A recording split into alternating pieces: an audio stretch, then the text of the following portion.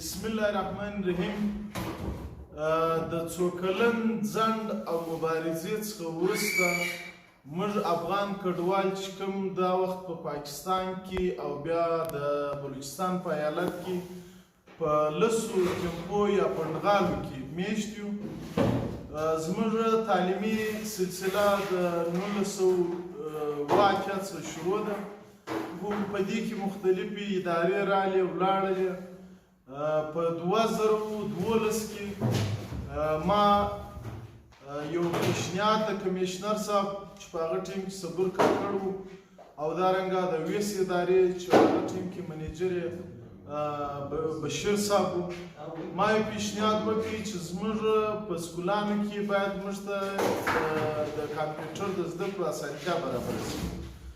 بیا په هغه ټیم کې بشیر صاحب چې د ویس د ادارې منیجر و، هغه ما ته وویل چې ته یو پروپوزل به موږ جوړ کړو چې هلته په کیمپ کې دا ته چې په کوم کیمپ کې اوسېږې هلته به یو د کمپیوټر لیب سیسټم برابر کړو.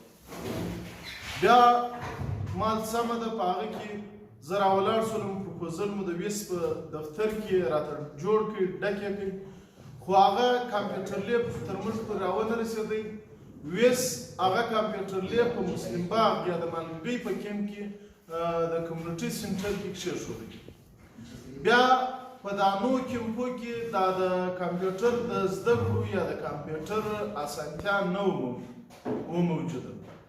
په دې کې بیا زه راولاړ شولم چې د زړو سرنانو پخوانی سرښوونکی عبدالواسع پخپل او زموږ یو استاد طاووس خان معصوم صاحب دې ما ته خبر راکړي چې د مالګۍ په کیمپ کې د سوسایټي د ادارې د خوا څخه هر سکول ته یو کمپیوټر او سولر هندارې او پنکې ورکړل شوي. بیا موږ ولاړو مالګۍ کیمپ کې د هغوی لیدنه مو وکړله. بیا هم د هغه څخه وروسته مبارزه پیل کړله.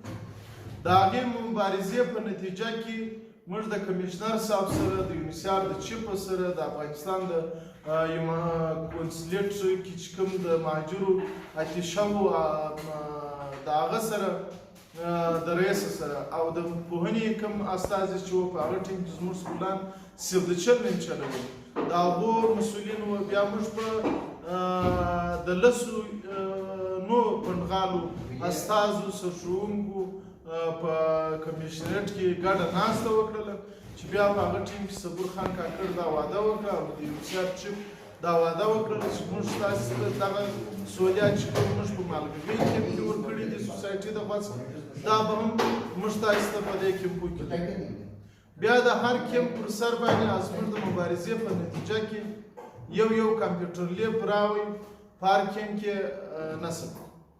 د هغه څخه وروسته د ویس اداره هم راولاړه شوله. په دې کې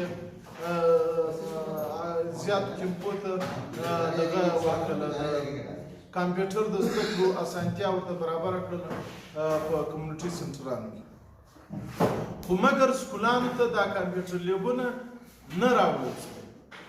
بیا په هغه کې زه راولاړ شولم د مسلسل جهدوجهد په نتیجه کې دا د 2022 دی چې نن زموږ د هغه مبارزې په نتیجه کې او د یونیسیار په مالي ملاتړ او د سوسایټي د ادارې د خوا څخه دغه دی چې تاسې وینئ اوس زموږ ښوونځیو ته کمپیوټر لیبونه راوړل شول.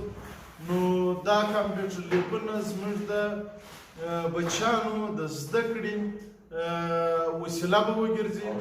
نو زه بیا هم د یونیسیار سوسایټي افغان کمیشنریټ منندوی یم چې زموږ د افغان کډوالو ماشومان پر مخ باندې د ښوونځیو دروازې خلاصې کړي دي او زموږ مددګار دي.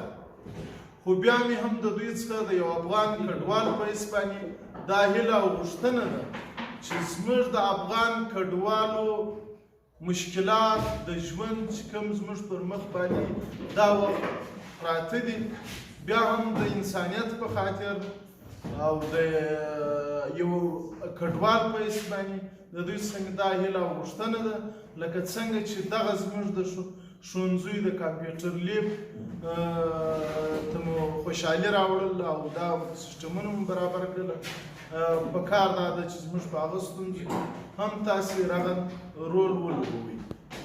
مننه.